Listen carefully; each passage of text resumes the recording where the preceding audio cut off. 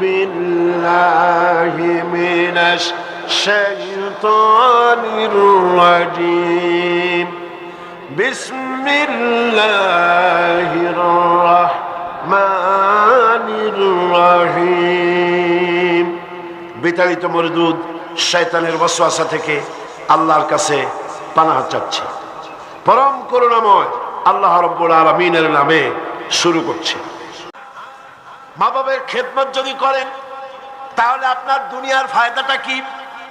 রাসূলুল্লাহ বলেছেন, আনাস ইবনে মালিক রাদিয়াল্লাহু তাআলা قال قال رسول الله صلى الله عليه وسلم من سره أن يمد له في عمره ويزداد له في رزقه فليبر والديه وليصل رحمه رواه أحمد।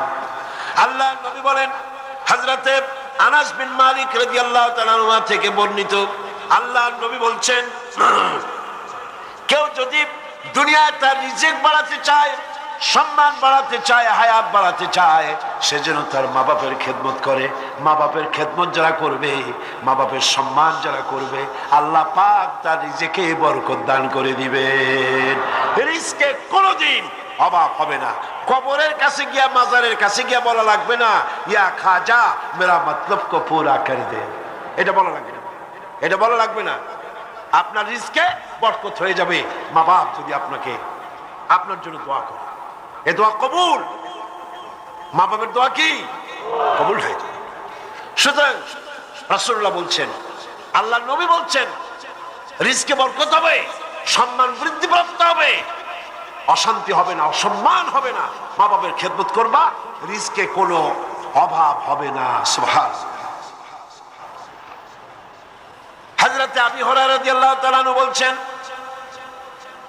عن أبي هريرة رضي الله تعالى عنه عن النبي صلى الله عليه وسلم قال رغم أنفه ثم رغم أنفه ثم رغم أنفه। আল্লাহ নবী বলছেন, তিনবার বললেন, সে ব্যক্তি অপমানিত হোক, সে ব্যক্তি অপমানিত হোক। কোন ব্যক্তি?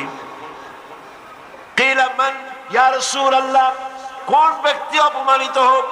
قال من أدرك والديه عند الكبر أو أحدهما ثم لم يدخل الجنة।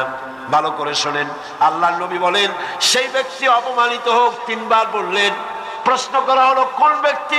রাসূলুল্লাহ বললেন, মা বাপ দুইজন অথবা একজনকে জীবনে সে পেল আর খেদমত করে আল্লাহর জান্নাত নিজের জন্য ওয়াজিব করে নিতে পারলো না, তার মতো হতভাগ্য আর কেউ নাই।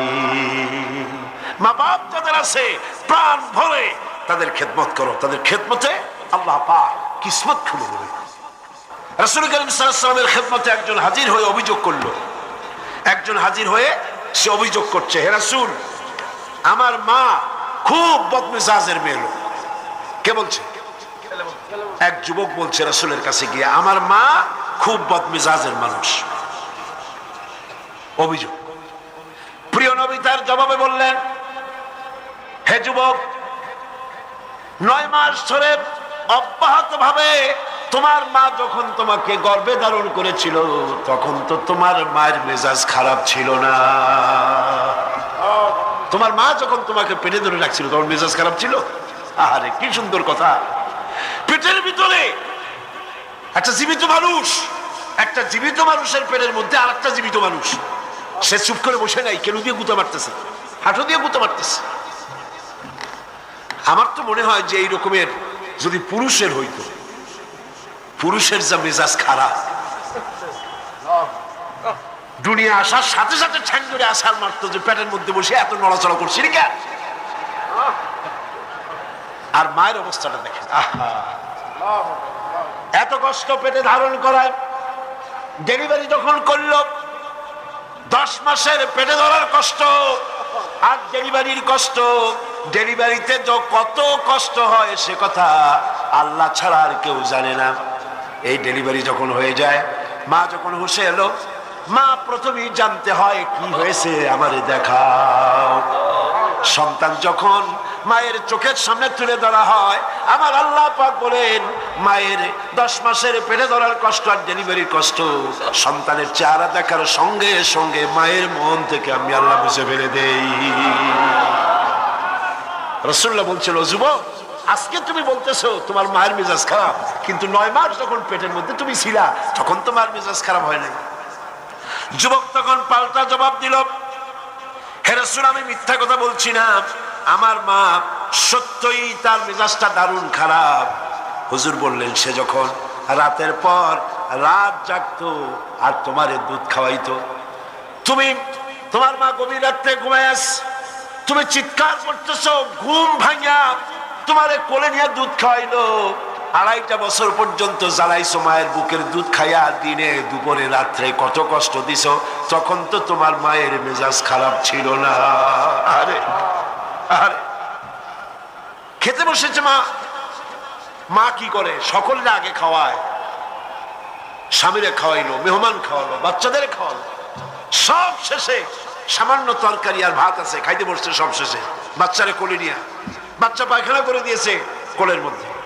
মা বিরক্ত হইল না, বিরক্ত হলো না, খাবারের থালাটা সরায় রেখে মা বাচ্চাকে কোলে করে নিয়ে বাচ্চাকে সাফ করালো, নিজের কাপড় চোপড় সাফ করলো, তারপরে ক্রন্দনরত বাচ্চার মুখে 2-3টা চুমা দিয়া তারপর আবার খাইতে বসলো।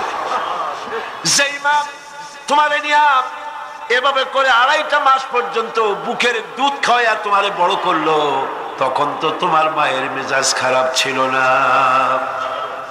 যুবক বলছেন, হে রাসূল, আমার মা আমাকে নিয়ে যত কষ্ট করেছে আমি সে কষ্টের হক আদায় করে দিয়েছি, আমি তাকে হক আদায় করছি, তার খাবার দিয়েছি, পরার দিয়েছি, তারে নিয়ে হজ করেছি, হক আমি আদায় করে দিয়েছি।